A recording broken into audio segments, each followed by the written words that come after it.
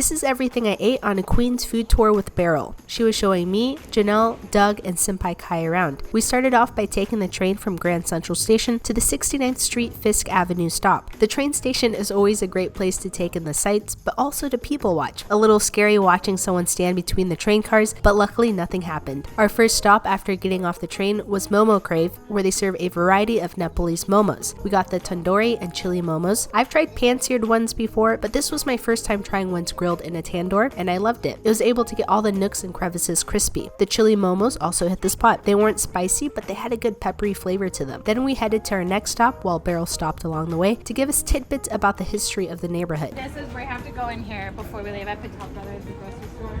We stopped at a Bangladeshi food cart for some pani puri, then to Samudra South Indian restaurant for medu vada and idli that was served with sambar. I forgot what the middle one was, and then coconut chutney. The vada was like an extremely dense donut that just picked up the flavors of the chutney. Same with the idli. It just kind of soaks up the sauces and provides more sustenance to them. We stopped in at this bakery where Janelle got a ton of sweets to try. You'll have to check out her video to get descriptions of everything we ate. It was a lot. Oi.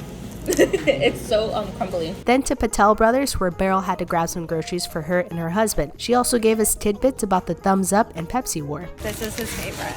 I ate a whole thing of that too by myself. That's like your favorite.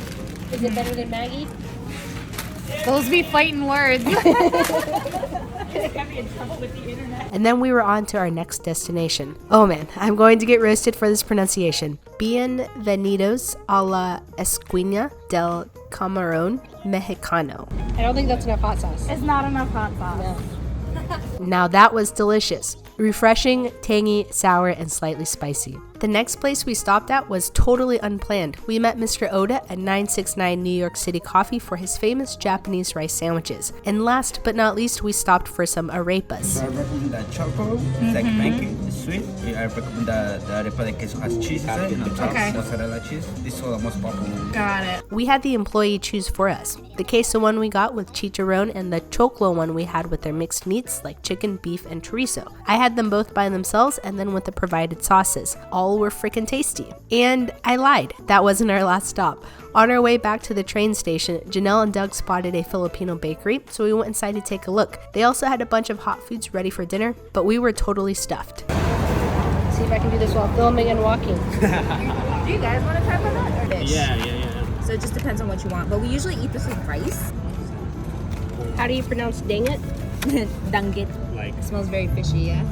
And yeah, that is the end of our Queens tour, brought to you by The Amazing Beryl. Big shout out to her for taking us to some great spots.